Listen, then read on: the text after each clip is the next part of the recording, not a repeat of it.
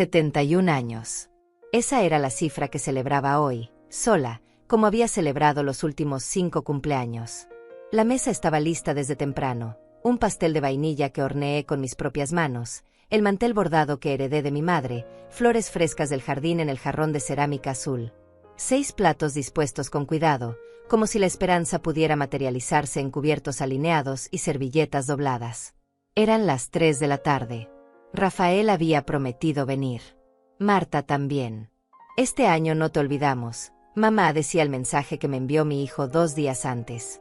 Lo había leído tantas veces que ya me lo sabía de memoria, buscando entre esas palabras algo más que una promesa vacía.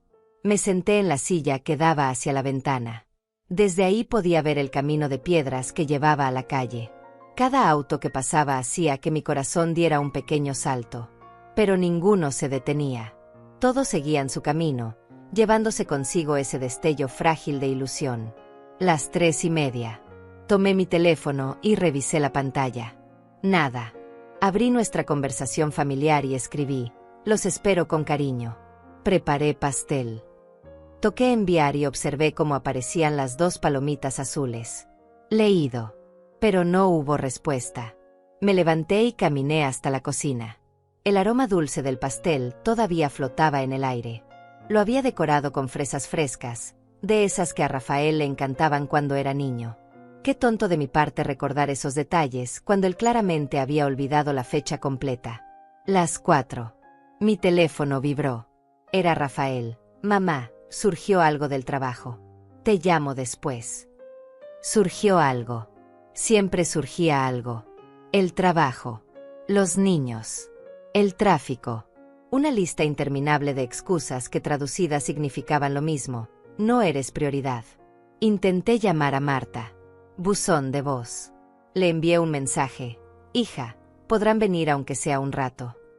La respuesta llegó 15 minutos más tarde: mamá, hoy no va a poder ser. Los niños tienen actividades. Feliz cumpleaños. Los niños tienen actividades. Mis nietos, que llevaba meses sin ver, tenían actividades más importantes que visitar a su abuela. Me quedé mirando la mesa preparada. Los 6 platos brillaban bajo la luz de la tarde que entraba por la ventana. Había puesto tanto esfuerzo en cada detalle. El mantel planchado sin una sola arruga. Las copas de cristal que solo sacaba en ocasiones especiales. Todo perfecto. Todo inútil. Las 5. Afuera, mi vecina Daniela regaba sus plantas. Tiene casi mi edad, tal vez un par de años menos. Me vio a través de la ventana y me saludó con una sonrisa cálida. Le devolví el gesto, tratando de que mi cara no delatara el nudo que tenía en la garganta. Caminé hasta el aparador y saqué una vela blanca. Una sola. La clavé en el centro del pastel y la encendí. La llama pequeña bailaba con cada uno de mis suspiros, proyectando sombras temblorosas en las paredes de esta casa que de repente se sentía demasiado grande y demasiado silenciosa. Me senté frente al pastel. Cerré los ojos. Intenté pensar en un deseo, pero lo único que venía a mi mente eran recuerdos. Los cumpleaños cuando Rafael y Marta eran pequeños. Sus risas llenando cada rincón. Alberto a mi lado, diciéndome al oído que éramos afortunados. Que teníamos todo lo que importaba. Abrí los ojos. La vela seguía ardiendo. Yo seguía sola. Soplé. El humo subió en una espiral delgada que desapareció en el aire vacío. Corté una porción del pastel y la coloqué en uno de los platos buenos. Me forcé a comer. Cada bocado sabía a esfuerzo desperdiciado. A espera inútil. A todas las veces que prioricé a mis hijos sobre mí misma, creyendo que algún día ellos harían lo mismo. Cuando terminé, lavé el plato con movimientos automáticos. Guardé lo que quedaba del pastel en el refrigerador. Quité el mantel de la mesa y lo doblé despacio, sintiendo la textura gastada bajo mis dedos. Los platos regresaron al aparador. Las copas a su lugar. Las flores al jardín. Borré cada evidencia de mi esperanza. Me senté en el sofá de la sala, en la penumbra creciente de la tarde que moría. Tomé el álbum de fotografías que guardaba en la mesa de centro. Pasé las páginas despacio. Ahí estaba Rafael a los 7 años, con su uniforme de la escuela. Marta a los 10, abrazando el perro que tuvimos. Los dos juntos en aquella Navidad, cuando Alberto todavía vivía y nuestra familia parecía inquebrantable. Cuando había cambiado todo. Cuando había pasado de ser mamá a ser una obligación. Una llamada pendiente. Un mensaje sin responder. Mi teléfono vibró. Era un mensaje de Rafael en el grupo familiar. Feliz cumpleaños, mamá. Perdón por no poder ir. Prometo que nos vemos pronto. Prometo que nos vemos pronto. Las mismas palabras de siempre. Las mismas que me decían cada vez que cancelaban. Cada vez que posponían. Cada vez que elegían cualquier cosa sobre mí. No respondí. Solo observé el mensaje brillando en la pantalla oscura. La noche cayó sobre la casa como una manta pesada. Encendí una lámpara. La luz amarillenta apenas alcanzaba a llenar los rincones de sombra. Me quedé ahí sentada, con el álbum abierto sobre mis piernas, mirando fotos de una familia que ya no existía. Pensé en Alberto. En cómo él hubiera manejado esto. Él siempre fue mejor con las palabras, mejor para poner límites cuando era necesario. Yo había sido la suave, la que cedía, la que perdonaba todo porque eso hacen las madres. Eso me habían enseñado que hacen las madres. Pero Alberto llevaba 8 años bajo tierra. Y yo llevaba 8 años aprendiendo que la suavidad a veces es solo otra palabra para invisible. El teléfono volvió a vibrar. Otro mensaje. Esta vez de Marta. Te quiero, mamá. Disculpa por hoy. Te quiero. 2 palabras que antes significaban tanto y ahora sonaban huecas. Palabras baratas que no costaban nada pronunciar, pero que tampoco venían acompañadas de acciones. Las 10 de la noche. Me preparé para ir a dormir. Me cepillé el cabello frente al espejo del baño, observando mi rostro bajo la luz cruda. 71 años de arrugas ganadas honestamente. De ojeras acumuladas en noches, cuidando hijos enfermos. De líneas de expresión formadas por sonrisas que di incluso cuando no tenía ganas. Me metí en la cama. La misma cama que había compartido con Alberto durante 33 años. Ahora solo ocupaba mi lado, dejando el otro intacto, como si en algún momento él fuera a regresar y reclamar su espacio. Cerré los ojos. Intenté dormir. Pero el silencio era ensordecedor. Un silencio lleno de todas las palabras que no me dijeron. De todos los abrazos que no me dieron. De todas las horas que esperé junto a una mesa preparada para una familia que nunca llegó. 71 años. Y por primera vez en mi vida, me pregunté si había algo profundamente equivocado en seguir esperando. En seguir preparando mesas para personas que ya habían decidido que yo no valía su tiempo. Me dormí con esa pregunta flotando en la oscuridad. Sin saber que al día siguiente, todo cambiaría de maneras que nunca hubiera imaginado. Desperté con el sabor amargo del día anterior todavía pegado al paladar. La luz de la mañana entraba tímida por las cortinas, dibujando líneas delgadas sobre las sábanas arrugadas.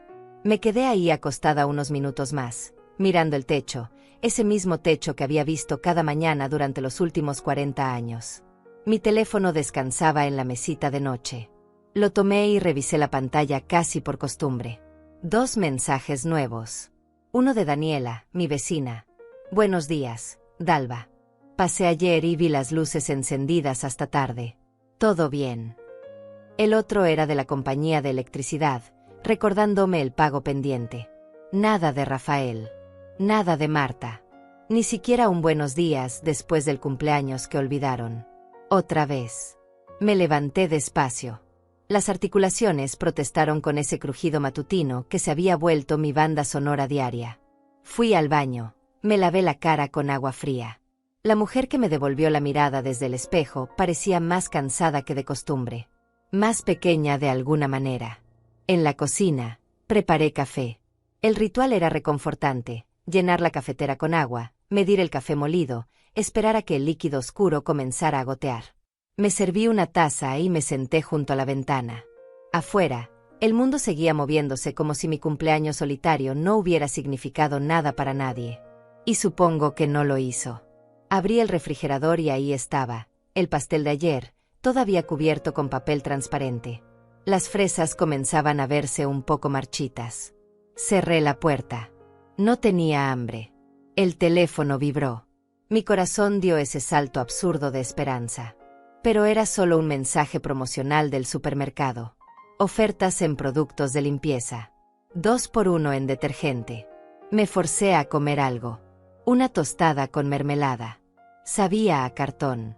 Todo sabía a nada últimamente. Decidí limpiar. Cuando no sabía qué hacer con mis pensamientos, limpiaba.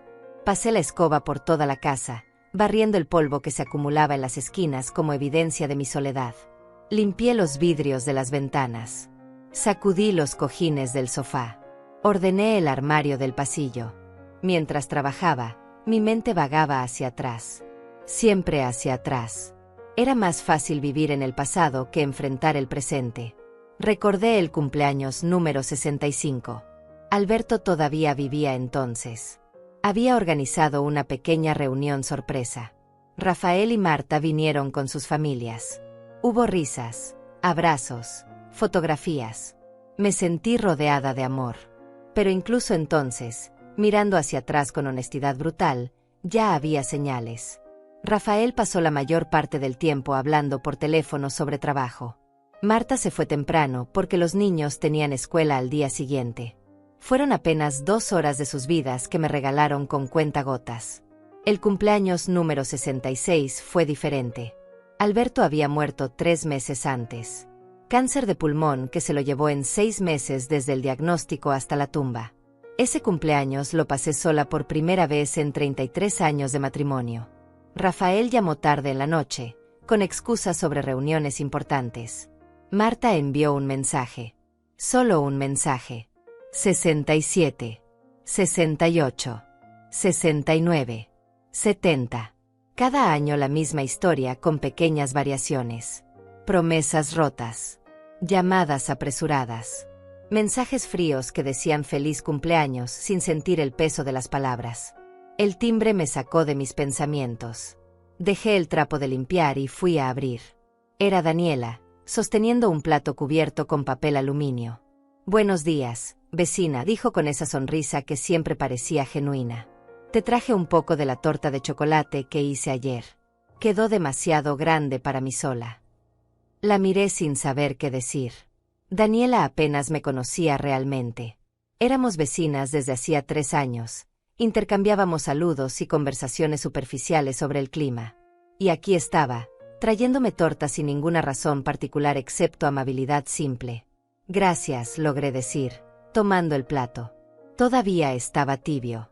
Vi que ayer tenías la mesa puesta, continuó Daniela, su voz suave pero directa. Y luego vi las luces encendidas hasta muy tarde. No quiero entrometerme, pero... ¿estás bien? Sentí como algo se quebraba dentro de mi garganta.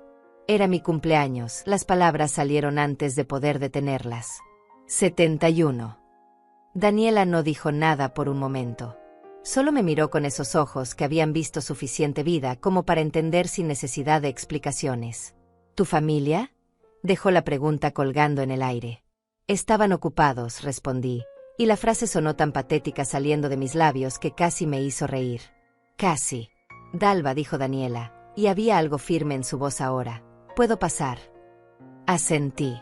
La dejé entrar. Nos sentamos en la cocina, con el plato de torta entre nosotras como un puente inesperado. Daniela se sirvió café sin pedir permiso, con la familiaridad de quien entiende que a veces los formalismos sobran. Mi hijo también está ocupado, dijo finalmente. Vive en otra ciudad. Tiene su vida. Lo entiendo. Pero hay una diferencia entre estar ocupado y ser indiferente. La miré, sorprendida por su franqueza. Perdona si suena duro, continuó. Pero a nuestra edad ya no tenemos tiempo para andar con rodeos. He visto a tus hijos visitarte, ¿qué? 3 veces en estos 3 años? Y cada vez que vienen, se quedan menos de 1 hora. Tenía razón. Lo sabía. Pero escucharlo dicho en voz alta por alguien más le daba un peso diferente. Ya no era solo mi paranoia.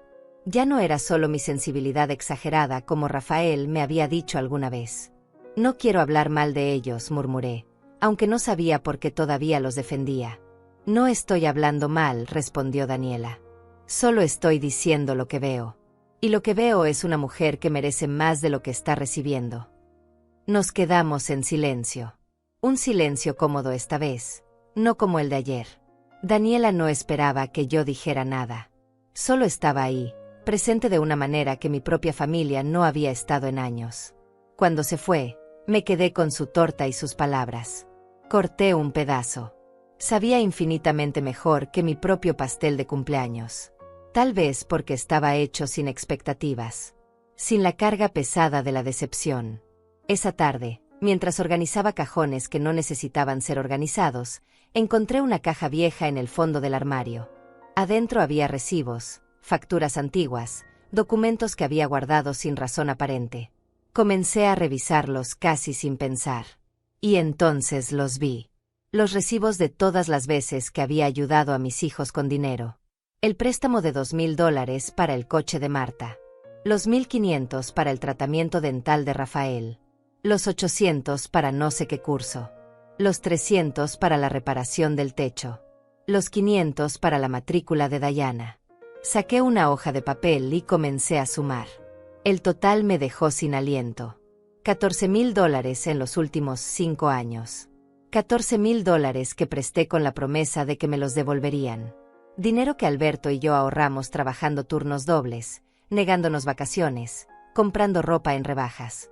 Nunca me devolvieron ni un centavo. Ni uno solo. Me senté en el suelo del dormitorio, rodeada de papeles, sintiendo como la evidencia física de mi propia ingenuidad me miraba desde cada recibo amarillento. Mi teléfono sonó. Era Marta.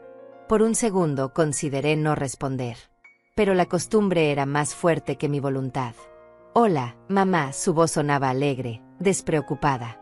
Perdona por ayer. De verdad. Es que los niños tenían esa presentación en la escuela y no pudimos cancelar. Entiendo, dije, aunque ya no estaba segura de entender nada. Oye, te llamo porque necesito pedirte un favor. Por supuesto que sí. Por supuesto que necesitaba algo. Cerré los ojos y esperé. Es que Diana necesita una computadora nueva para la escuela. La que tiene ya no le sirve. Estaba pensando que tal vez tú podrías ayudarnos con unos $500. Ya sabes, como regalo de abuela. $500. Como regalo. Miré los recibos esparcidos a mi alrededor. 14,000 más 500 serían 14,500. Marta, comencé, pero ella me interrumpió. Sé que es mucho, mamá, pero tú sabes cómo son estas cosas. Los niños necesitan tecnología para estudiar. No queremos que Diana se quede atrás. No, dije. La palabra salió pequeña pero clara. Hubo un silencio del otro lado de la línea que se sintió eterno. Podía escuchar la respiración de Marta, ese jadeo suave de sorpresa que hacía cuando algo no salía como esperaba. Finalmente habló, y su voz había cambiado de tono, volviéndose más aguda, más tensa. ¿Cómo que no, mamá? Es para tu nieta. Para su educación. No te estoy pidiendo dinero para mí, es para Diana. Me quedé mirando los recibos esparcidos en el suelo. $14,000 en papel amarillento que contaban la historia de mi propia tontería. De todas las veces que dije que sí cuando debía haber dicho no. De todas las veces que creí que dar dinero era lo mismo que dar amor, o peor aún, que era la forma de mantener a mis hijos cerca. Marta, llevo años prestándoles dinero que nunca me devuelven. Tengo todos los recibos aquí delante de mí. Son $14,000 que todavía me deben entre tú y tu hermano. Escuché como ella resoplaba con irritación. Mamá, no puedes estar llevando cuentas así. Somos familia. Las familias se ayudan entre sí. Además, papá te dejó bien situada cuando murió. No es como si necesitaras ese dinero para sobrevivir. Esas palabras me golpearon como piedras. No es como si necesitaras ese dinero. Como si el hecho de que Alberto hubiera sido cuidadoso con nuestras finanzas les diera derecho automático a todo lo que quedó. Como si su herencia hubiera comenzado el día que él murió y yo fuera solo la guardiana temporal de lo que ellos consideraban suyo. El dinero que tu padre me dejó es mío, Marta. Lo ahorramos juntos durante 33 años de matrimonio. No es dinero de ustedes hasta que yo ya no esté. Eso suena muy egoísta, mamá. Siempre nos enseñaste que la familia era lo primero, que debíamos apoyarnos unos a otros. Y ahora resulta que eso solo aplicaba cuando éramos niños y necesitábamos de ti, pero no funciona al revés. Me puse de pie, sintiendo como la sangre subía a mi cabeza. Caminé hacia la ventana y miré afuera. Daniela estaba en su jardín otra vez, podando las rosas con movimientos lentos y cuidadosos. Ella no tenía idea de la conversación que estaba teniendo, de cómo sus palabras de esta mañana habían plantado algo dentro de mí que ahora comenzaba a crecer. Marta, ¿cuándo fue la última vez que me visitaste sin necesitar algo? Sin venir a pedirme dinero, o ayuda, o que cuidara a los niños mientras ustedes salían. ¿Cuándo fue la última vez que viniste solo porque querías verme? Otro silencio. Este fue más largo. Podía escuchar ruidos de fondo, la televisión, alguien hablando. Vida sucediendo del otro lado mientras mi hija decidía cómo responder a una pregunta que no debería haber necesitado hacerse. No puedo creer que estés siendo así, mamá. Después de todo lo que hemos hecho por ti. Te llamamos, te enviamos mensajes. No es nuestra culpa que estés tan sensible últimamente. Tal vez deberías hablar con alguien sobre eso. A tu edad, a veces las personas se ponen un poco, ya sabes, raras con estas cosas. Raras. Me estaba diciendo que estaba rara porque esperaba que mis hijos se acordaran de mi cumpleaños. Porque esperaba algo más que mensajes fríos y llamadas apresuradas. Porque esperaba ser tratada como una madre y no como un cajero automático con brazos. No voy a darte los $500, Marta. Y tampoco voy a seguir prestando dinero que sé que nunca me van a devolver. Si Diana necesita una computadora, ustedes son sus padres. Ustedes deben conseguirla. Está bien, su voz se había vuelto dura ahora, metálica. Ya entendí el mensaje. Mamá, no te preocupes. No volveremos a molestarte con nuestros problemas. Al parecer tu dinero es más importante que tu propia familia. Colgó antes de que pudiera responder. Me quedé con el teléfono en la mano, mirando la pantalla que decía llamada finalizada. Sentí un nudo en el estómago, esa sensación horrible de haber decepcionado a alguien. Pero debajo de esa sensación había otra cosa. Algo más pequeño pero más sólido. Algo que se parecía al alivio. Me senté en la cama y volví a mirar los recibos. No eran solo papeles. Eran evidencia de un patrón que había estado negándome a ver. Un patrón que comenzó mucho antes de que Alberto muriera, pero que se había vuelto imposible de ignorar después. Recordé cuando Rafael cumplió 30 años. Alberto y yo organizamos una cena en nuestra casa. Cocinamos durante 2 días, compramos vino caro, decoramos todo con esmero. Rafael llegó 2 horas tarde, se quedó apenas el tiempo suficiente para comer y abrir los regalos, y luego se fue diciendo que tenía una reunión importante temprano al día siguiente. Era sábado. Recordé la graduación de Marta de la universidad.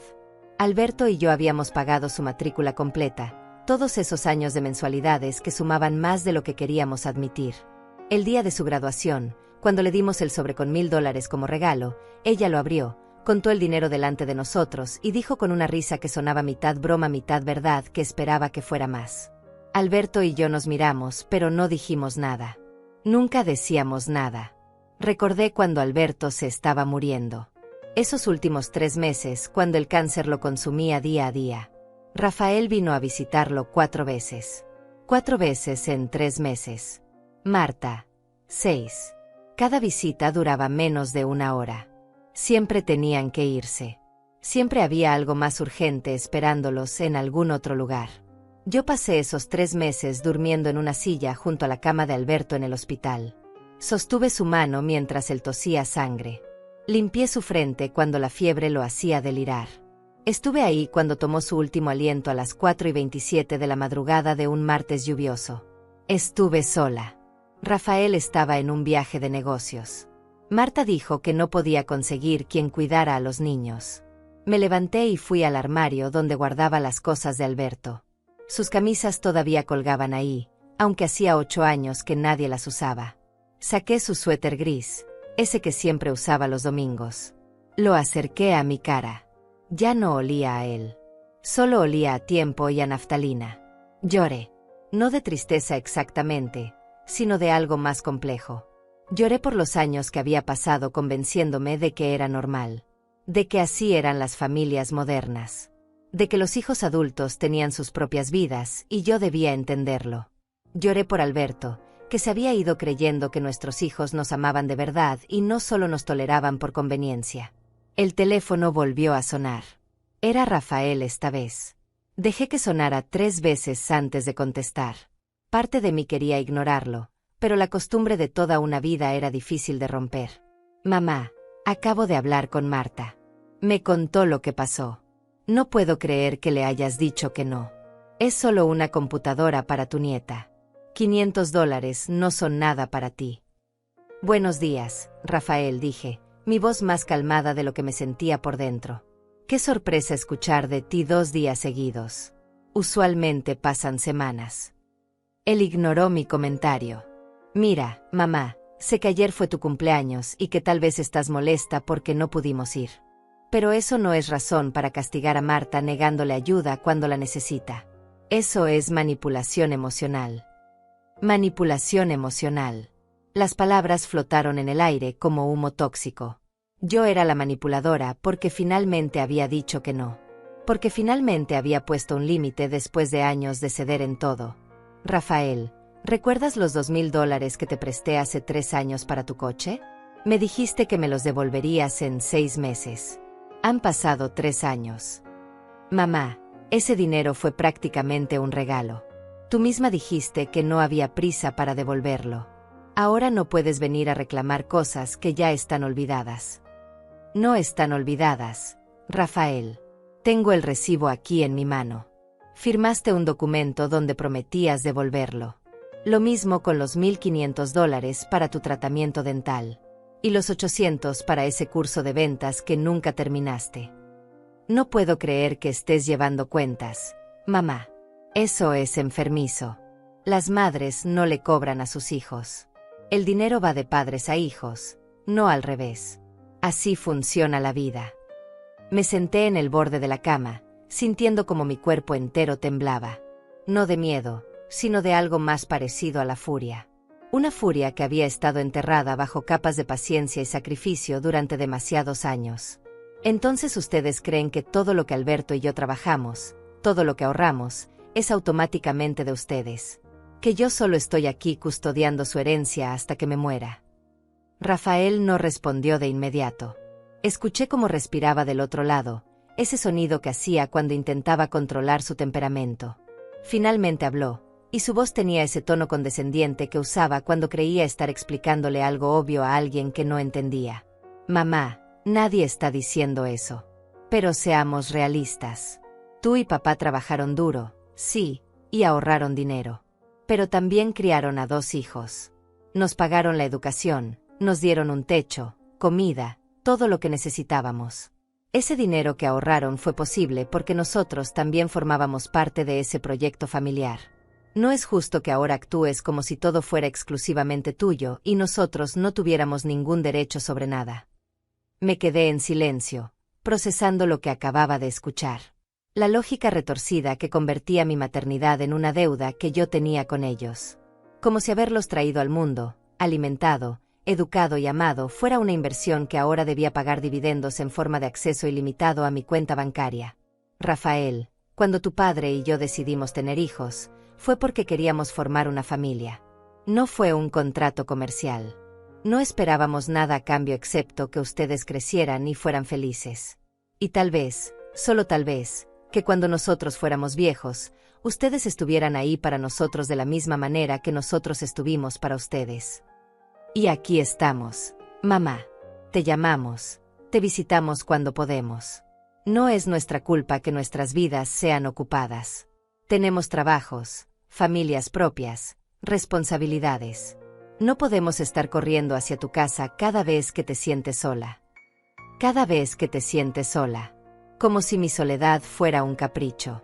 Como si el hecho de pasar mi cumpleaños 71 completamente sola fuera simplemente un problema de percepción de mi parte. ¿Cuándo fue la última vez que me visitaste, Rafael?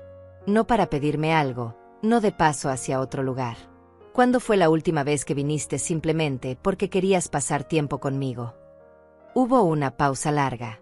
Podía imaginarlo revisando su memoria, buscando algún momento que pudiera usar como evidencia en su defensa. Pero ambos sabíamos la respuesta. Ambos sabíamos que no existía tal momento. Esto es ridículo, mamá. No voy a quedarme aquí defendiéndome de acusaciones absurdas. Llamé para hablar del tema de la computadora de Diana, no para que me hiciera sentir culpable por tener una vida ocupada. Si no quieres ayudar a tu propia nieta, esa es tu decisión. Pero no vengas luego a quejarte de que nadie te visita cuando tú misma estás alejando a tu familia con esta actitud. Colgó.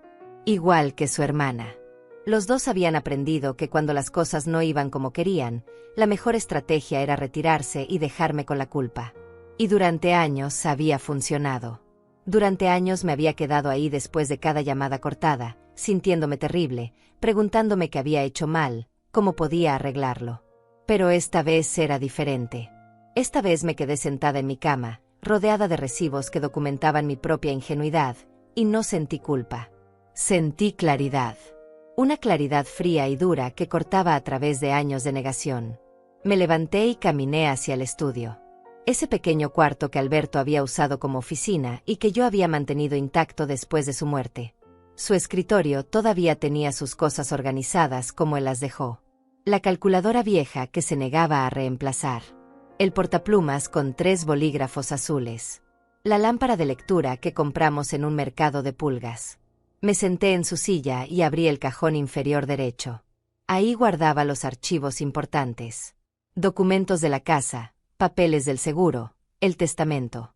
Saqué una carpeta gruesa y comencé a revisarla.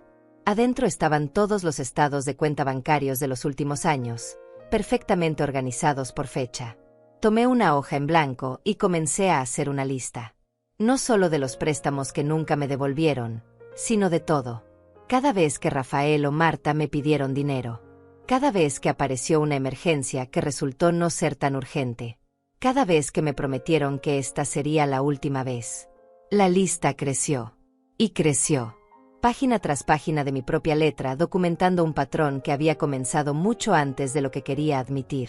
El primer préstamo había sido hace 14 años, cuando Rafael acababa de terminar la universidad y necesitaba dinero para mudarse a su primer departamento.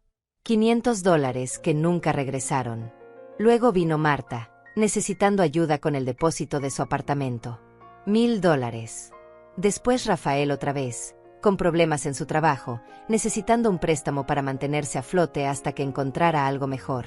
$2500. Marta con gastos médicos inesperados. $800. Rafael con reparaciones del coche. $1200. Y así seguía. Año tras año. Emergencia tras emergencia. Siempre con la promesa de devolverlo. Siempre con la excusa de por qué esta vez era diferente, por qué esta vez realmente necesitaban mi ayuda. El total final me dejó sin aliento. $23,000. No 14,000 como había pensado inicialmente. $23,000 en 14 años. Dinero que Alberto y yo habíamos ahorrado centavo a centavo, negándonos pequeños lujos, posponiendo reparaciones en la casa, comprando ropa en liquidaciones. Me recosté en la silla de Alberto y cerré los ojos. Recordé una conversación que tuvimos unos meses antes de que muriera. Estábamos en el hospital, en una de esas noches largas cuando él no podía dormir por el dolor. Me había tomado la mano con esa fuerza sorprendente que a veces encontraba incluso cuando su cuerpo se estaba apagando. Dalva, cuando yo ya no esté, quiero que uses ese dinero que ahorramos. Quiero que viajes, que hagas cosas por ti. No se lo des todo a los niños. Ellos ya son adultos, tienen sus propias vidas. Prométeme que vas a pensar en ti primero. Le había prometido, pero no había cumplido. En los 8 años desde su muerte, había seguido dando y dando, como si mantener a mis hijos financieramente dependientes pudiera mantenerlos cerca emocionalmente. Como si el dinero pudiera comprar el amor que no me daban libremente. El teléfono sonó otra vez. Esta vez era un número desconocido. Dudé antes de contestar, pero finalmente lo hice. Señora Rosales. Era una voz de mujer joven, profesional. Habla Jessica desde el Banco Central. La llamo porque hemos detectado actividad inusual en su cuenta y queríamos verificar algunas transacciones con usted. Mi corazón se aceleró. ¿Qué tipo de actividad? Bueno, hemos visto varios intentos de acceso a su cuenta en línea desde diferentes dispositivos. Los intentos fueron bloqueados por nuestro sistema de seguridad porque las contraseñas ingresadas eran incorrectas. Ha sido usted quien ha intentado acceder desde una computadora en la ciudad de San Rafael y desde un teléfono móvil registrado en otra dirección. San Rafael. Ahí vivía Rafael. No, yo no he intentado acceder desde ningún otro lugar que no sea mi casa. Entiendo. También notamos que hubo una consulta reciente sobre sus cuentas de ahorro y sus certificados de depósito. ¿Usted autorizó a alguien para obtener esa información? Un frío recorrió mi espalda. No, no he autorizado a nadie para nada relacionado con mis cuentas. Muy bien, señora Rosales. Voy a proceder a cambiar todas sus contraseñas y vamos a poner alertas adicionales en sus cuentas. ¿Tiene alguna idea de quién podría estar intentando acceder a su información? Miré los papeles esparcidos en el escritorio de Alberto. Los $23,000 documentados en mi letra cuidadosa. Las llamadas de hoy. La rabia mal disimulada cuando les dije que no y de repente todo encajó con una claridad que me hizo sentir náuseas. Creo que sí, respondí, mi voz apenas un susurro. Creo que sé exactamente quién es. Después de colgar con el banco, me quedé sentada en la oscuridad creciente del estudio. No había encendido las luces y la tarde se deslizaba hacia la noche afuera de la ventana. Las sombras se alargaban dentro del cuarto, transformando los objetos familiares en formas extrañas. Mis propios hijos. Mis hijos estaban intentando acceder a mis cuentas bancarias. Querían saber cuánto tenía. Querían ver mis movimientos. Tal vez incluso estaban planeando sacar dinero sin mi permiso. Me levanté y caminé hacia la ventana. Afuera, las luces de las casas vecinas comenzaban a encenderse una por una. Familias cenando juntas. Personas viviendo sus vidas normales mientras mi mundo se desmoronaba silenciosamente dentro de estas cuatro paredes. Pensé en llamarlos. En confrontarlos directamente. Pero sabía cómo terminaría. Negarían todo. Dirían que estaba confundida, que tal vez alguien había robado su información. Me harían dudar de mi propia percepción de la realidad, como habían hecho tantas veces antes cuando yo cuestionaba algo. En cambio, tomé una decisión. Saqué mi teléfono y busqué el contacto de Teodoro, el abogado que había ayudado a Alberto y a mí con nuestro testamento años atrás. Teodoro contestó al tercer timbre. Su voz tenía ese tono cálido y profesional que recordaba de nuestras reuniones anteriores, cuando Alberto todavía vivía y estábamos organizando nuestros asuntos legales pensando en un futuro que entonces parecía lejano. Dalva, qué sorpresa escuchar de ti. Han pasado años. ¿Cómo has estado? Espero que todo esté bien. Me senté nuevamente en la silla de Alberto, mirando los papeles esparcidos sobre el escritorio. La lista de préstamos. Los recibos amarillentos. La evidencia física de mi propia ceguera voluntaria durante tantos años. Teodoro, necesito tu ayuda. Necesito revisar mi testamento y hacer algunos cambios. También necesito asesoría sobre cómo proteger mis activos. Creo que alguien está intentando acceder a mi información bancaria sin autorización. Hubo una pausa breve del otro lado. Teodoro había sido abogado durante más de 30 años y probablemente había escuchado historias similares cientos de veces. Cuando habló, su voz había perdido ese tono ligero inicial y sonaba más seria, más enfocada. Entiendo. ¿Tienes alguna idea de quién podría estar intentando acceder a tus cuentas? ¿Has notado alguna otra actividad sospechosa? Movimientos de dinero que no autorizaste, documentos que faltan, ese tipo de cosas. Mi banco me llamó hace media hora. Detectaron intentos de acceso desde dispositivos que no son míos. Los intentos fueron bloqueados. Pero Teodoro, creo que fueron mis hijos. Creo que Rafael y Marta están intentando ver cuánto dinero tengo. Otro silencio. Este fue más pesado. Teodoro había conocido a mis hijos. Había estado en nuestra casa para cenas familiares cuando Alberto vivía. Había visto las fotografías en las paredes, había escuchado nuestras historias sobre lo orgullosos que estábamos de ellos. Dalva, esto es serio. Si realmente están intentando acceder a tus cuentas sin autorización, eso podría constituir un delito.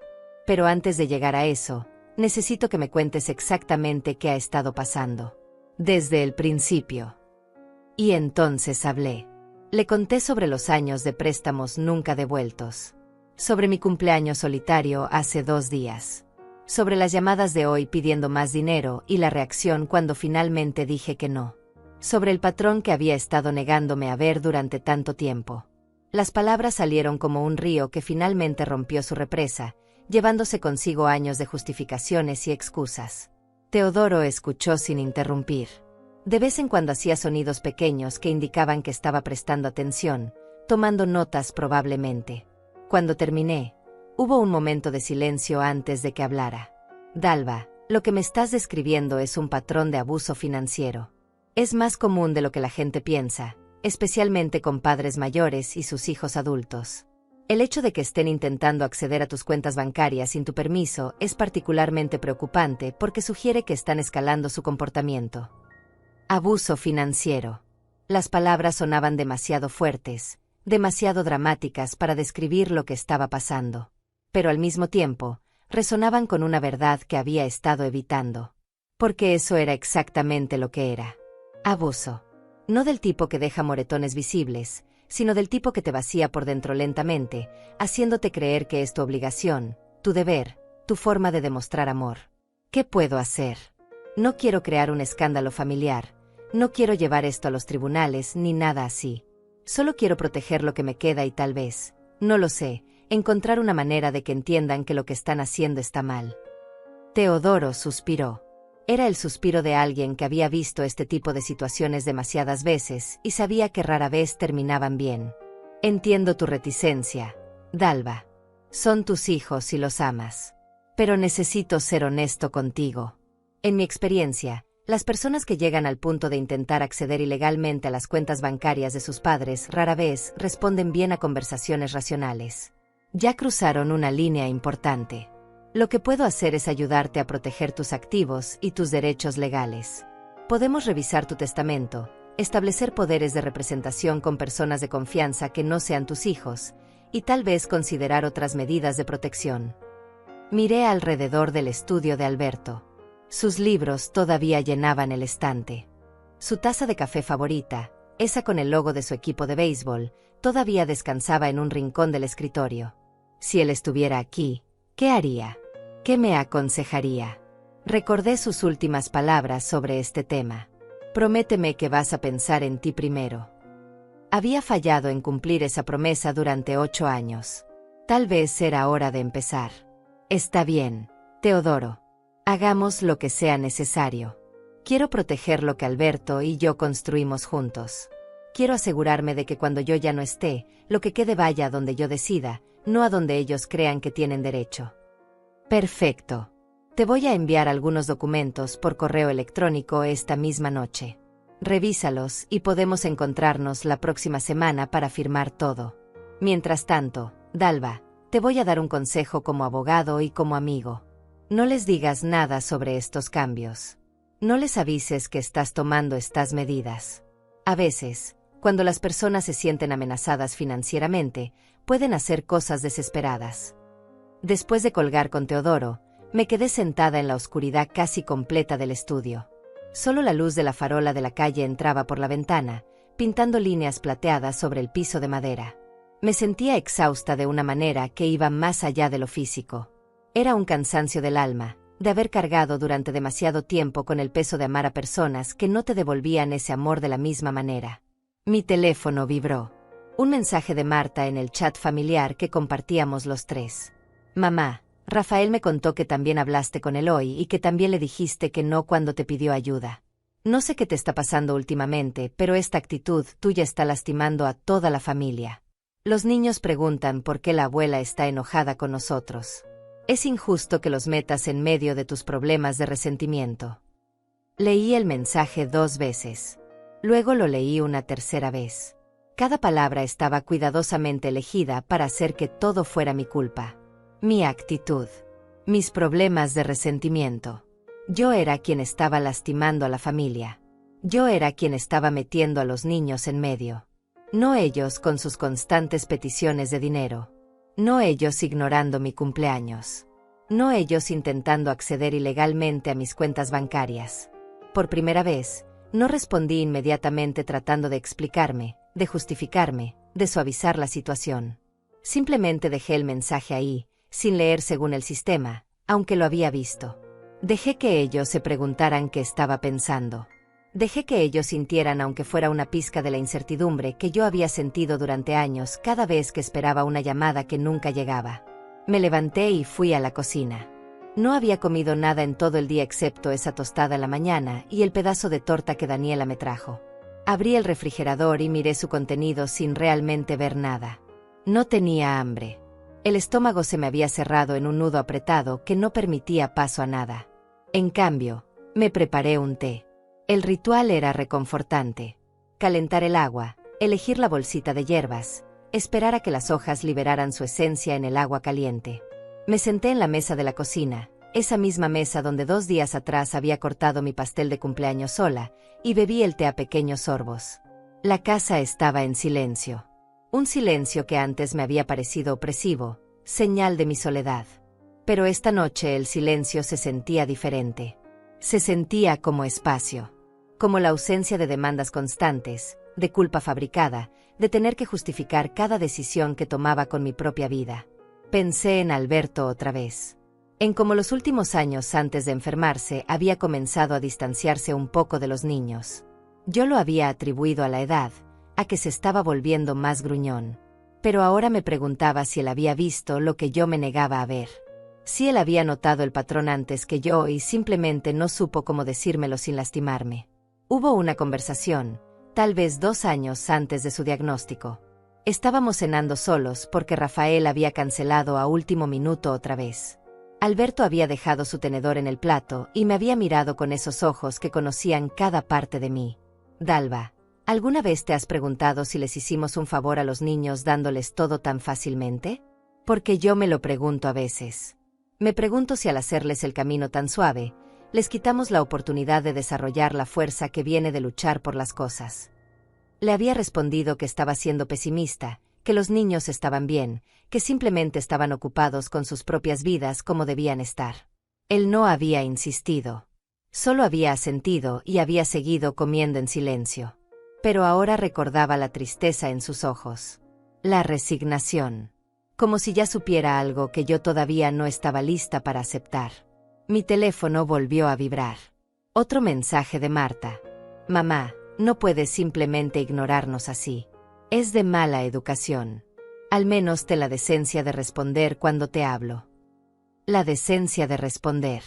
Ellos podían ignorar mi cumpleaños, podían intentar robar mi información bancaria, podían tratarme como un cajero automático. Pero yo tenía que tener la decencia de responder inmediatamente cada vez que ellos decidían que era tiempo de contactarme. Pasaron 2 días sin que respondiera ninguno de sus mensajes. 2 días en los que mi teléfono vibró constantemente con textos cada vez más agresivos. Primero de Marta, luego de Rafael, después de ambos en el chat familiar. Los mensajes escalaban desde la confusión fingida hasta la indignación abierta. Mamá, estamos preocupados por ti. ¿Estás bien? ¿Te pasó algo? Al principio intentaban sonar concernidos, como si mi silencio fuera señal de alguna emergencia médica y no simplemente la consecuencia natural de años de ser ignorada. Cuando esa táctica no funcionó, cambiaron de estrategia. Es increíble tu falta de respeto. Somos tu familia y mereces al menos una respuesta. No sé quién te está metiendo ideas en la cabeza, pero esta no eres tú. Rafael escribió eso, como si conociera quién era yo realmente. Como si los últimos 8 años de verme 3 o 4 veces al año le dieran alguna autoridad para definir mi identidad. Yo seguía sin responder. Cada vez que tomaba el teléfono y veía sus mensajes, sentía esa urgencia antigua de explicarme, de calmar las aguas, de volver a ser la madre complaciente que siempre había sido. Pero algo había cambiado. Algo se había roto o tal vez finalmente se había arreglado dentro de mí. El tercer día por la mañana, estaba regando las plantas del jardín cuando un coche se detuvo frente a mi casa. Era el coche de Rafael. Lo reconocí inmediatamente, ese sedán gris que yo había ayudado a pagar hace 3 años con esos $2,000 que nunca me devolvió. Sentí como mi estómago se contraía. No estaba lista para esto. No había planeado qué decir cuando finalmente vinieran. Porque sabía que vendrían. Siempre venían cuando las cosas no salían como ellos querían, cuando necesitaban retomar el control de la situación. Rafael salió del coche primero. Luego Marta del lado del pasajero. Venían juntos, presentando un frente unido. Habían planeado esto. Habían coordinado su visita para maximizar el impacto, para hacerme sentir superada en número. Mamá, gracias a Dios que estás bien, dijo Marta caminando rápidamente hacia mí. Intentó abrazarme, pero yo di un paso atrás, todavía sosteniendo la manguera. El agua caía sobre las rosas, creando un sonido suave que contrastaba con la tensión que colgaba en el aire. No respondías nuestros mensajes. Estábamos preocupados, agregó Rafael, aunque su tono no transmitía preocupación real. Transmitía irritación mal disfrazada. Estoy bien. Solo he estado ocupada, respondí, mi voz sonando más firme de lo que me sentía por dentro. Cerré el agua y envolví la manguera con cuidado, tomándome mi tiempo.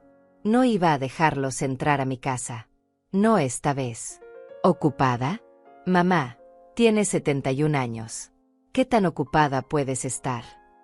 Marta intentó reír, como si hubiera hecho un chiste, pero el comentario cayó plano. Esa pequeña crueldad casual, esa sugerencia de que mi vida era insignificante, de que no tenía derecho a tener cosas que hacer.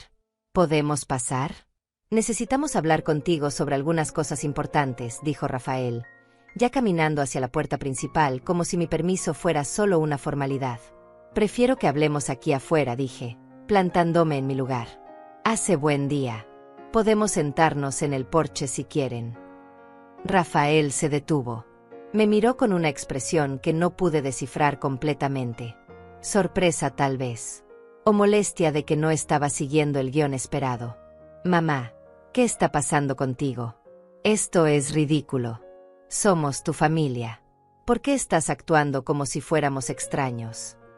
Porque ustedes me tratan como extraña, las palabras salieron antes de que pudiera detenerlas. Me tratan como alguien que existe solo para servirles cuando me necesitan y que puede ser ignorada el resto del tiempo. Marta intercambió una mirada con Rafael. Esa mirada que compartían desde niños, cuando creían que yo estaba siendo irracional y necesitaban manejarme con cuidado.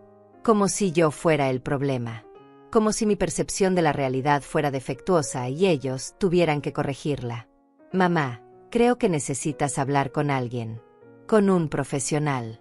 A tu edad, a veces las personas desarrollan ciertos delirios, ciertas ideas que no corresponden con la realidad. Y está bien, es algo médico, tiene tratamiento. Marta usó ese tono suave que reservaba para situaciones delicadas, como si estuviera hablando con una niña asustada. No estoy delirando, Marta. Sé exactamente lo que está pasando. Y sé que ustedes intentaron acceder a mis cuentas bancarias sin mi autorización. El banco me llamó. Me lo contaron todo. El silencio que siguió fue absoluto. Rafael palideció visiblemente. Marta abrió la boca, pero no salió ningún sonido. Los había atrapado y lo sabían. No sé de qué estás hablando, dijo finalmente Rafael, pero su voz había perdido esa confianza anterior. Debe ser un error del banco. Tal vez alguien robó nuestra información. Eso pasa todo el tiempo.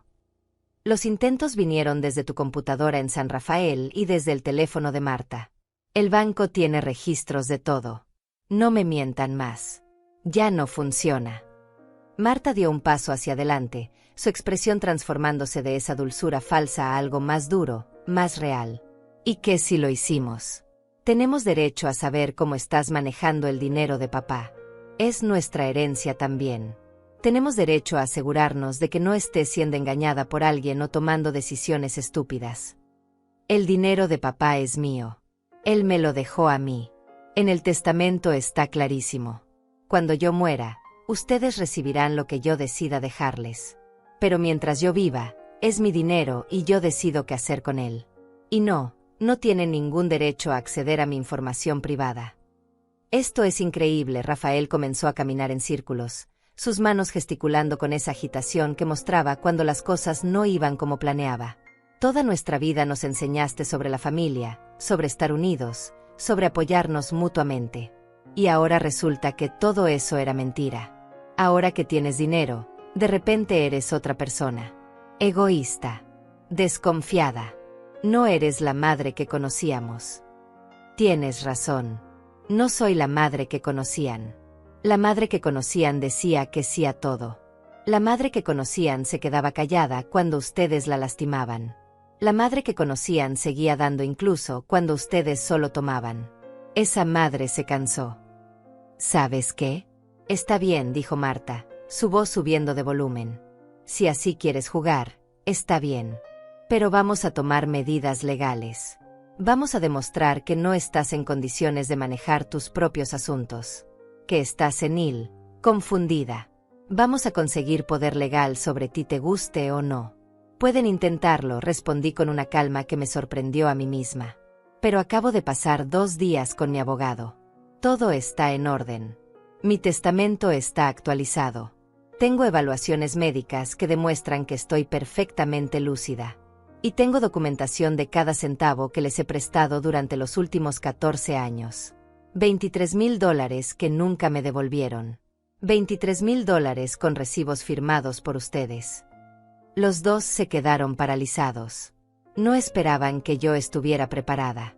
Durante años les había enseñado que podían empujarme sin consecuencias. Que siempre cedería, siempre perdonaría, siempre volvería a darles otra oportunidad. ¿Nos vas a demandar? A tus propios hijos. La voz de Rafael temblaba entre la incredulidad y la rabia. ¿Eso es lo que te está aconsejando ese abogado? ¿Destruir a tu propia familia por dinero? Yo no estoy destruyendo nada, Rafael. Ustedes ya destruyeron esta familia hace años. Yo solo estoy finalmente viendo lo que siempre estuvo ahí. Rafael y Marta se quedaron parados en mi jardín, mirándome como si fuera una extraña. Y tal vez lo era. Tal vez la madre que ellos conocían realmente había dejado de existir en algún momento de estos últimos días, reemplazada por alguien que finalmente había encontrado su columna vertebral después de años de doblegarse. Esto no se va a quedar así, dijo Rafael finalmente, su voz baja pero cargada de amenaza. Vamos a hablar con abogados. Vamos a revisar todas las opciones legales que tenemos. No puedes simplemente echarnos de tu vida después de todo lo que hemos hecho por ti. ¿Todo lo que han hecho por mí? ¿Cómo qué, Rafael? Dime exactamente qué han hecho por mí en los últimos 8 años desde que su padre murió. Quiero escucharlo. Él abrió la boca, pero no salieron palabras. Miró a Marta buscando apoyo, pero ella también estaba en silencio, tal vez por primera vez dándose cuenta de que no tenían respuesta para esa pregunta. Te llamamos, dijo finalmente Marta, pero incluso ella parecía darse cuenta de lo débil que sonaba. Te enviamos mensajes. Venimos a visitarte. Me llaman cuando necesitan algo. Me visitan tal vez 3 veces al año y se quedan menos de 1 hora. Y siempre, cada visita termina con alguna petición de dinero o algún favor que necesitan. Eso no es familia, Marta. Eso es conveniencia. Se fueron minutos después, subiendo a ese coche gris que yo había ayudado a comprar, sin despedirse, sin mirar atrás. Los vi alejarse por la calle hasta que desaparecieron en la esquina. Solo entonces me permití temblar. Me senté en las escaleras del porche, sintiendo como las piernas ya no me sostenían. Había hecho algo irreversible. Había cruzado una línea que no se podía descruzar. Parte de mí quería correr detrás de ellos, disculparme, decir que todo había sido un malentendido. Pero otra parte, una parte más fuerte, sabía que había hecho lo correcto. Que había esperado demasiado tiempo para hacerlo. Daniela salió de su casa en ese momento. Me vio sentada en las escaleras y caminó hacia mí sin decir nada. Se sentó a mi lado, nuestros hombros casi tocándose, y simplemente estuvo ahí. No preguntó qué había pasado. No ofreció consejos que no pedí. Solo estuvo presente, y en ese momento, eso era todo lo que necesitaba. Los vi llegar, dijo finalmente. Y los vi irse. No parecían contentos. No lo están, respondí, mi voz sonando cansada incluso para mis propios oídos. Les dije cosas que debía haberles dicho hace años. Puse límites que debía haber puesto hace mucho tiempo. ¿Y cómo te sientes? Esa era una pregunta más complicada de lo que parecía. ¿Cómo me sentía? Asustada, liberada, culpable, fuerte, triste, esperanzada. Todo al mismo tiempo en una mezcla confusa que no sabía cómo desenredar. Me siento como si hubiera saltado de un acantilado y todavía estuviera cayendo sin saber dónde voy a aterrizar, dije finalmente. Daniela asintió como si entendiera perfectamente. Cuando mi esposo murió hace 10 años, tuve que tomar una decisión similar con mi hermana. Ella había estado sacándome dinero durante años, siempre con una historia triste, siempre con una emergencia. Cuando finalmente le dije que no, me acusó de ser cruel, de olvidarme de la familia. No me habló durante 3 años. ¿Y ahora? Pregunté. Ahora hablamos de vez en cuando. Superficialmente. Nunca volvimos a ser cercanas como éramos cuando niñas. Pero aprendí algo importante. Aprendí que a veces el amor significa dejar que las personas enfrenten las consecuencias de sus acciones. Incluso cuando esas personas son familia. Nos quedamos sentadas ahí mientras el sol se movía lentamente por el cielo. Daniela eventualmente se fue a su casa, pero me invitó a cenar más tarde. Dije que sí. Fue agradable tener algo que esperar, algo simple y sin complicaciones. El resto del día lo pasé en un estado extraño de alerta tranquila. Esperaba que Rafael o Marta llamaran, que enviaran más mensajes, que regresaran con nuevos argumentos o nuevas amenazas. Pero el teléfono permaneció en silencio. Un silencio que era tanto un alivio como una confirmación de todo lo que había dicho. Cuando finalmente había dejado de ser útil para ellos, había dejado de existir. Por la tarde, mientras organizaba papeles en el estudio de Alberto, encontré una carta que él había escrito y nunca envió. Estaba metida entre las páginas de uno de sus libros favoritos, escrita en su letra inclinada que se volvía más difícil de leer hacia el final debido al temblor en sus manos por la enfermedad. Dalva, comenzaba la carta. Si estás leyendo esto, significa que ya no estoy y has estado revisando mis cosas. Hay algo que necesito decirte que nunca tuve el valor de decir en vida. Los niños no son lo que esperábamos que fueran. No sé en qué momento perdimos su respeto, o si alguna vez lo tuvimos realmente. Pero sé que después de que yo me vaya, van a intentar aprovecharse de ti. Van a usar tu bondad contra ti. Por favor, no los dejes. Por favor, piensa en ti primero por una vez en tu vida. Te mereces ser feliz, incluso si esa felicidad no incluye a ellos. Leí la carta 3 veces, sintiendo como las lágrimas rodaban por mis mejillas. Alberto lo había sabido. Lo había visto. Y había intentado protegerme incluso desde más allá de la tumba. Me pregunté cuándo había escrito esto. Si había sido en esos últimos días en el hospital, cuando el dolor era tan intenso que apenas podía sostener un bolígrafo. La idea de él usando sus últimas fuerzas para advertirme me rompió el corazón de una manera nueva. Esa noche fui a cenar a casa de Daniela. Su hogar era más pequeño que el mío, pero estaba lleno de vida de una manera que el mío no lo estaba. Había plantas en cada rincón, fotografías en las paredes de personas que se veían felices y presentes. Olía a especias y a pan recién horneado. Cenamos en su cocina, solo nosotras dos, hablando de cosas simples. De las rosas que florecían en nuestros jardines. De la serie de televisión que ella estaba viendo. De la receta que usó para el pollo. Nada profundo, nada pesado. Solo conversación fácil entre 2 personas que disfrutaban de la compañía mutua sin expectativas complicadas. ¿Sabes qué es lo más extraño?, dije mientras lavábamos los platos juntas. Me siento más sola cuando estoy con mis hijos que cuando estoy realmente sola. Cuando estoy con ellos, siento esta ausencia constante de conexión verdadera. Como si estuviera hablando, pero nadie realmente me escuchara. Como si estuviera ahí, pero fuera invisible al mismo tiempo. Daniela secó un plato despacio antes de responder. Eso no es extraño. Eso es la diferencia entre estar sola y sentirse sola. Puedes estar rodeada de gente y sentirte completamente aislada. O puedes estar físicamente sola pero sentirte conectada contigo misma y con las pocas personas que realmente importan. Regresé a mi casa cerca de las 9 de la noche. Las luces estaban apagadas y la casa estaba en silencio. Pero era un silencio diferente al de hace una semana. Ya no se sentía opresivo. Se sentía como posibilidad. Como espacio para respirar. Revisé mi teléfono antes de acostarme. Había un mensaje. No de Rafael ni de Marta, sino de un número que tardé un momento en reconocer. Era Dayana, mi nieta. Abuela, sé que las cosas están raras con mamá y el tío Rafael. Solo quería que supieras que yo te quiero. Y que entiendo por qué hiciste lo que hiciste. He visto cómo te tratan. No está bien. Espero que podamos seguir hablando aunque ellos estén enojados. Te extraño. Leí el mensaje varias veces, sintiendo como algo cálido se expandía en mi pecho. Diana tenía 16 años. Era lo suficientemente joven como para todavía estar bajo el control de sus padres, pero lo suficientemente mayor como para ver las cosas con claridad. Y había elegido contactarme a pesar de lo que probablemente significaría para ella en casa. Le respondí: mi amor, gracias por escribirme.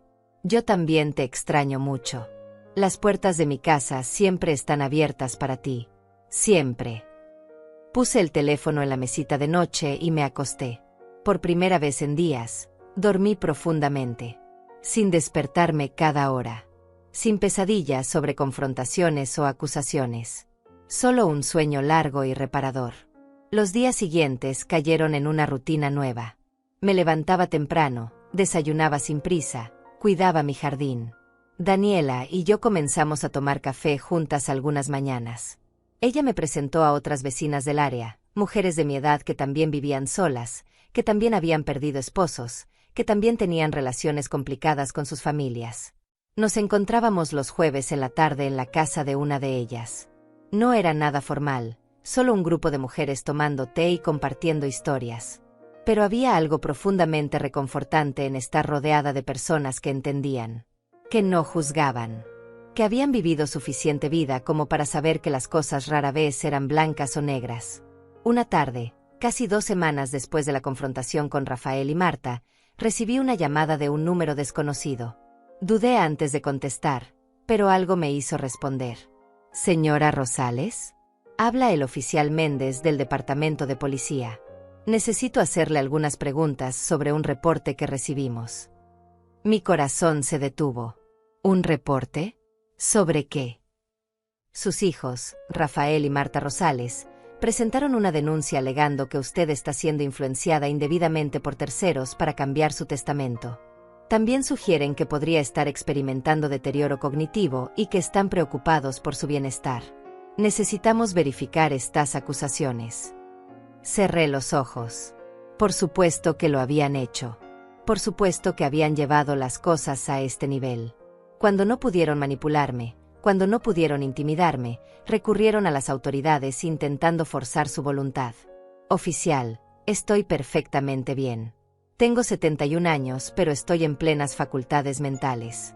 Tengo evaluaciones médicas recientes que lo confirman. Y los cambios en mi testamento fueron decisión mía, consultada con mi abogado de toda la vida. El oficial Méndez llegó a mi casa al día siguiente por la mañana. Era un hombre de unos 45 años, con cabello canoso en las sienes y una expresión que había visto demasiadas historias familiares complicadas como para sorprenderse fácilmente. Venía acompañado de una oficial más joven, la oficial Vargas, que llevaba una tablet y tomaba notas de todo. Los invité a pasar y nos sentamos en la sala. Había preparado café, más por costumbre que por necesidad. Ellos aceptaron cortésmente y durante unos minutos intercambiamos palabras superficiales sobre el clima y el vecindario mientras el café se enfriaba en las tazas. Señora Rosales, entiendo que esta situación debe ser difícil para usted, comenzó el oficial Méndez con un tono que intentaba ser amable pero que mantenía esa distancia profesional necesaria. Sus hijos están muy preocupados. Dicen que ha habido cambios abruptos en su comportamiento, que ha cortado comunicación con ellos, y que están preocupados de que alguien la esté manipulando para aislarse de su familia. Escuché en silencio, dejando que terminara. La oficial Vargas me observaba con atención, probablemente entrenada para detectar signos de confusión o deterioro cognitivo. Dejé que mirara. No tenía nada que esconder. Oficial, entiendo la preocupación de mis hijos, aunque debo decir que encuentro interesante que esta preocupación haya aparecido exactamente en el momento en que dejé de darles dinero. Durante los últimos 8 años desde que mi esposo murió, me he sentido muy sola. Mis hijos me visitaban 3 o 4 veces al año, siempre apurados, siempre con alguna razón para irse rápido. Pero nunca estuvieron preocupados por mi bienestar entonces. Solo ahora que puse límites financieros, de repente soy una persona vulnerable que necesita protección. El oficial Méndez intercambió una mirada con su compañera. Era una mirada que reconocí. Había escuchado esta historia antes, o alguna versión de ella. Entiendo. ¿Puede contarme más sobre estos límites financieros? Sus hijos mencionaron que les debe dinero y que se niega a pagárselos. No pude evitar reír ante la ironía absoluta de esa afirmación. Oficial, permítame mostrarle algo. Fui al estudio y regresé con la carpeta que había preparado. Adentro estaban todos los recibos, perfectamente organizados por fecha, cada uno con la firma de Rafael o Marta reconociendo el préstamo y prometiendo devolverlo. También incluí los estados de cuenta bancarios que mostraban las transferencias, copias de cheques, todo documentado meticulosamente durante 14 años. Esto es todo el dinero que les he prestado a mis hijos desde el año 2011. $23,000 en total. Cada préstamo está documentado. Cada uno tiene una promesa de devolución. No me han devuelto ni un centavo. Y hace 2 semanas, cuando me negué a prestarles $3,500 adicionales para un viaje de vacaciones, de repente me convertí en alguien que necesita intervención legal. La oficial Vargas tomó la carpeta y comenzó a revisarla. Sus cejas se alzaron ligeramente mientras pasaba las páginas. El oficial Méndez también se inclinó para ver, su expresión volviéndose más seria. También tengo esto, continué, sacando otra carpeta. Estos son los registros del banco mostrando que hace 3 semanas, hubo intentos de acceder a mis cuentas bancarias desde dispositivos que no son míos. El banco rastreó los intentos a la computadora de Rafael y al teléfono de Marta. Intentaron entrar a mi información financiera sin mi autorización. Cuando confronté a mis hijos sobre esto, se pusieron furiosos. Y ahora estoy aquí, siendo investigada por las autoridades porque supuestamente yo soy el problema. El silencio que siguió fue largo. El oficial Méndez dejó su taza de café en la mesa, se recostó en el sofá y me miró con una expresión que había cambiado completamente desde que llegó. Señora Rosales, ¿usted ha considerado presentar cargos contra sus hijos por intento de fraude? Porque intentar acceder sin autorización a las cuentas bancarias de otra persona es un delito, incluso si esa persona es un familiar. La pregunta me tomó por sorpresa. Había estado tan enfocada en defenderme que no había considerado pasar a la ofensiva. No quiero meter a mis hijos en problemas legales, oficial. Solo quiero que me dejen en paz. Quiero vivir el resto de mis años con dignidad y sin ser tratada como un recurso que se puede explotar. El oficial Méndez asintió lentamente. Entiendo. Pero necesita saber que lo que ellos están haciendo tiene consecuencias legales. No solo el intento de acceder a sus cuentas, sino también presentar un reporte falso a la policía alegando que usted está incapacitada cuando claramente no lo está. Eso también es un delito. Están usando recursos policiales para intentar intimidarla y manipularla. La oficial Vargas cerró su tablet y me miró directamente. Señora Rosales, veo este tipo de casos más seguido de lo que la gente piensa. Abuso financiero de adultos mayores, casi siempre por parte de familiares cercanos. Usted está haciendo exactamente lo correcto al documentar todo y al establecer límites. No deje que la culpa la haga retroceder. Se fueron media hora después, dejándome con una sensación extraña de validación mezclada con tristeza. Las autoridades habían visto lo que mis propios hijos se negaban a ver o a admitir. Había estado en lo correcto todo el tiempo, pero eso no hacía que doliera menos. Esa tarde, Dayana apareció en mi puerta. No había avisado que vendría. Simplemente estaba ahí con su mochila escolar y los ojos rojos como si hubiera estado llorando. La dejé entrar sin hacer preguntas y la abracé en el pasillo, sintiendo como su cuerpo delgado temblaba contra el mío. Mamá y el tío Rafael están furiosos, dijo finalmente cuando nos sentamos en la cocina con chocolate caliente. Dijeron que la policía los hizo quedar como tontos. Que tú les mostraste a los oficiales un montón de papeles falsos inventando deudas que no existen. Están planeando contratar un abogado para demandarte por difamación. Dejé que hablara, que sacara todo lo que había estado cargando. Dayana era una niña atrapada en medio de un conflicto de adultos, forzada a elegir bandos cuando no debería tener que hacerlo. Dayana, esos papeles no son falsos. Son recibos reales de dinero real que presté. Tu mamá y tu tío firmaron cada uno. Si ellos dicen que son falsos, están mintiendo. Y necesito que entiendas algo importante. Lo que está pasando entre tu mamá, tu tío y yo no es tu culpa. Y no tienes que elegir un lado. Puedes querer a todos nosotros y al mismo tiempo reconocer que hay cosas que están mal. Ella me miró con esos ojos de 16 años que ya habían visto demasiado. Abuela, yo sé que ellos te tratan mal. Lo he visto durante años. Cada vez que íbamos a visitarte, Siempre había alguna razón para irnos rápido. Mamá siempre estaba revisando su teléfono. El tío Rafael siempre estaba hablando de trabajo. Nadie realmente te prestaba atención. Y luego en el coche de regreso, siempre hablaban de cuánto dinero creían que tenías, de cuándo ibas a morirte, de qué iban a hacer con la herencia. Sus palabras me golpearon como piedras. Saber que Diana había escuchado esas conversaciones, que había crecido oyendo a su madre y a su tío discutir mi muerte como si fuera un evento financiero que esperar, me llenó de una tristeza que no tenía palabras. Lo siento mucho, Diana. Siento que hayas tenido que escuchar esas cosas. Siento que hayas estado atrapada en medio de todo esto. No te disculpes, abuela. Tú no hiciste nada malo. Ellos sí. Y yo quiero que sepas que cuando tenga 18 años y pueda tomar mis propias decisiones, voy a seguir viniendo a verte. No me importa lo que mamá diga. Pasamos el resto de la tarde juntas. Le ayudé con su tarea de matemáticas. Vimos una película vieja que encontré en mi colección. Cocinamos juntas la cena, una receta simple de pasta que a ella le gustaba desde niña. Fueron horas normales, dulces, llenas del tipo de conexión que había estado anhelando con mi familia durante años. Cuando Marta vino a recogerla cerca de las 8, ni siquiera bajó del coche. Tocó el claxon desde la calle, y Diana salió corriendo después de darme un abrazo largo. Vi cómo el coche se alejaba, vi la silueta de mi hija detrás del volante sin siquiera voltear a mirar mi casa.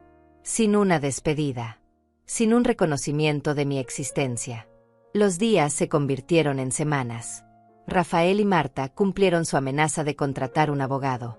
Recibí una carta demandándome por difamación y por supuesta coerción para cambiar mi testamento.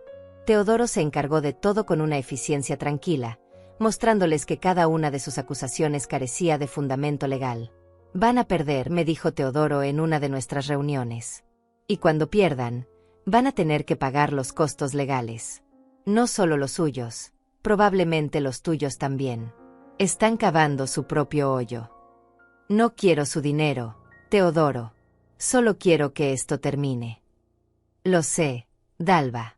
Pero a veces las personas necesitan enfrentar consecuencias reales antes de entender la magnitud de sus acciones. Tal vez esto sea lo que ellos necesitan. Una tarde, mientras regaba las plantas del jardín, un coche que no reconocí se detuvo frente a mi casa. Un hombre mayor bajó, tal vez de mi edad o un poco mayor.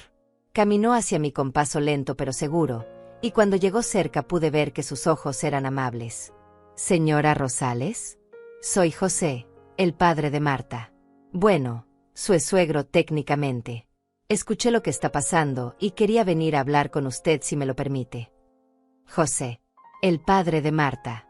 Se habían divorciado cuando Diana era pequeña, y yo había perdido contacto con él en los años siguientes. Lo invité a pasar, curiosa sobre qué podría querer decir.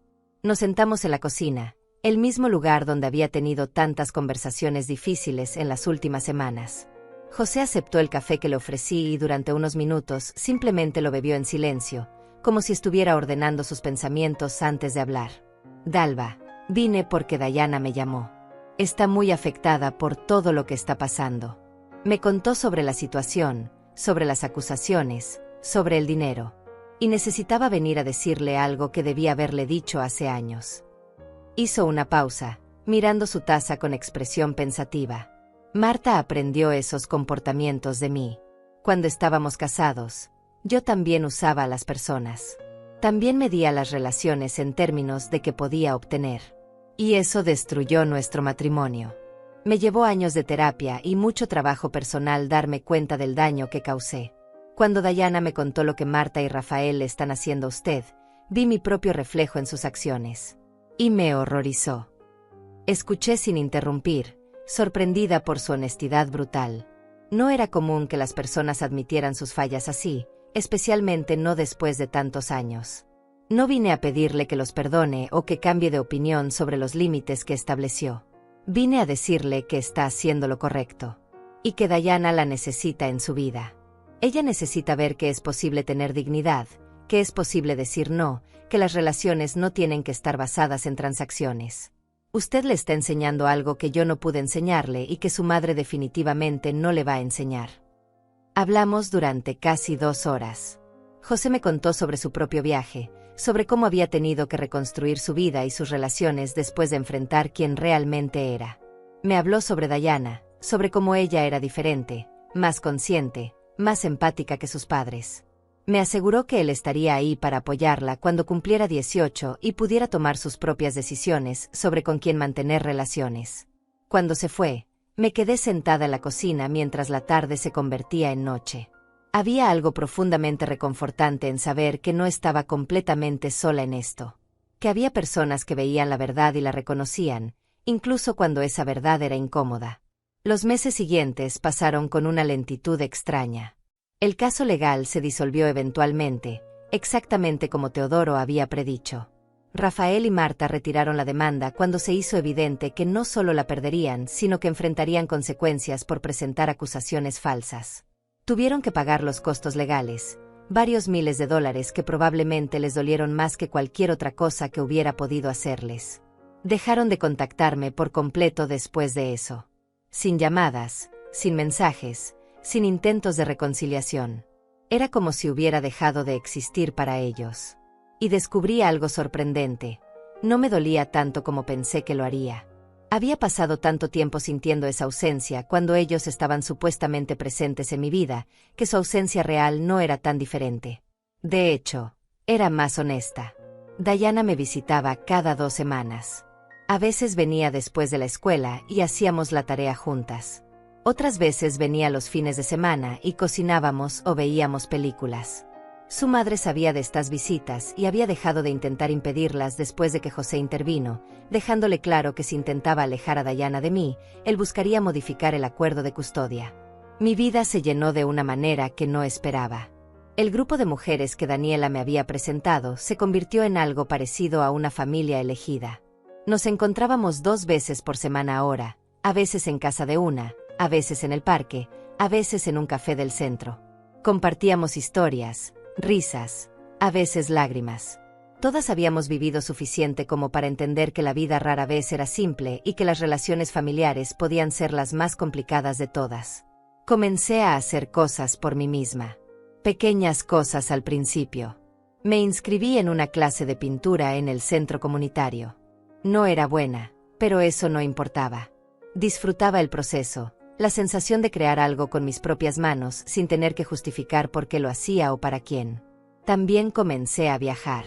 Nada extravagante, solo viajes cortos a ciudades cercanas, a lugares que Alberto y yo siempre habíamos querido visitar pero nunca encontramos el tiempo. Llevaba su fotografía conmigo, hablaba con él en los momentos tranquilos, le contaba sobre lo que estaba viendo. De alguna manera, se sentía como si estuviera cumpliendo promesas que nos habíamos hecho mutuamente hace mucho tiempo. Un año después de aquel cumpleaños 71 que cambió todo, me encontré nuevamente preparando una celebración.